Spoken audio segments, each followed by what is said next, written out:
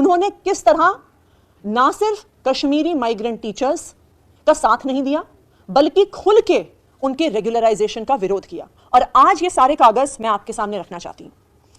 देखिए, जब आम आदमी पार्टी की सरकार बनी तो जो कश्मीरी माइग्रेंट टीचर्स हैं वो दिल्ली के मुख्यमंत्री अरविंद केजरीवाल जी के पास आए, वो दिल्ली के शिक्षा मंत्री मनीष सिसोदिया जी के पास आए और बार बार दिल्ली सरकार ने, दिल्ली की चुनी हुई सरकार ने इस पे निर्णय लिए कि कश्मीरी माइग्रेंट टीचर्स को रेगुलराइज करना चाहिए।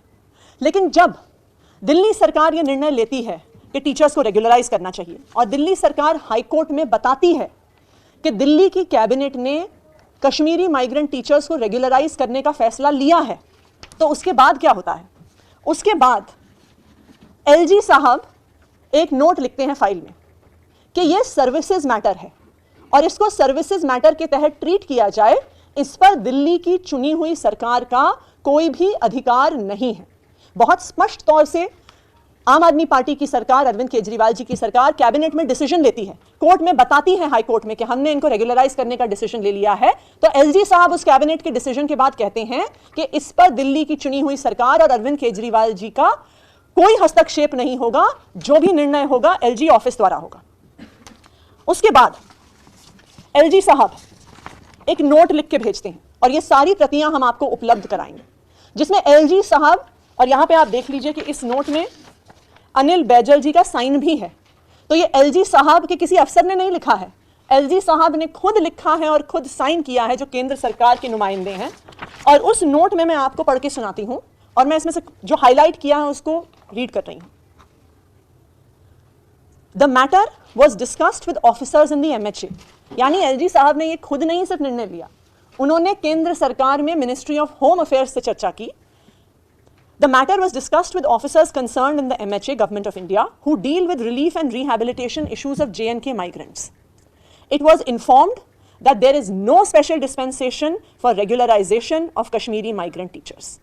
Since there is no special dispensation for regularization even with Union Government of India, it may not be appropriate to regularize Kashmiri migrant teachers. ये एलजी साहब ने खुद लिखा है। जब हाई कोर्ट की डबल बेंच ये फिर से निर्णय दे देती है कि आपको रेगुलराइज करना है, तो फिर एलजी साहब को ये फाइल भेजी जाती है कि हम सुप्रीम कोर्ट में एसएलपी फाइल करेंगे डबल बेंच के निर्णय को चैलेंज करने के लिए। और जब एसएलपी फाइल होती है तो कौन प्रस्तुत होता है दिल्ली सरकार और एलजी साहब की तरफ से? पिंकी आनंद जी।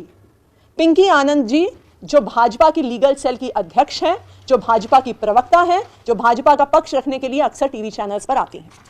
तो आज ये सारे कागजात देख के एक चीज स्पष्ट हो जाती है।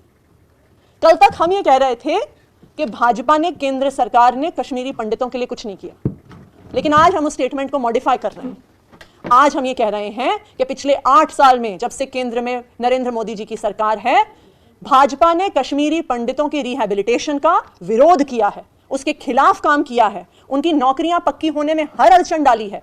भाजपा ने पिछले 8 साल में कोई कसर नहीं छोड़ी कि जो एक छोटी सी चीज थी कि जो ये सिर्फ 233 कश्मीरी माइग्रेंट टीचर थे, जो उनको पक्का करने की अपॉर्चुनिटी थी, जो दुख दर्द देख के दिल्ली आए थे, उनकी रेगुलराइजेशन का बीजेपी ने विरोध किया। तो ऐसा अब नहीं है कि बीजेपी ने भाजपा शासित अपने एलजी साहब से, ऐसा नहीं है कि उन्होंने कुछ नहीं किया। भाजपा ने कश्मीरी पंडितों के पुनर्वास का, उनके पक्के होने का, उनकी जिंदगियां नॉर्मलाइज करने का विरोध किया है।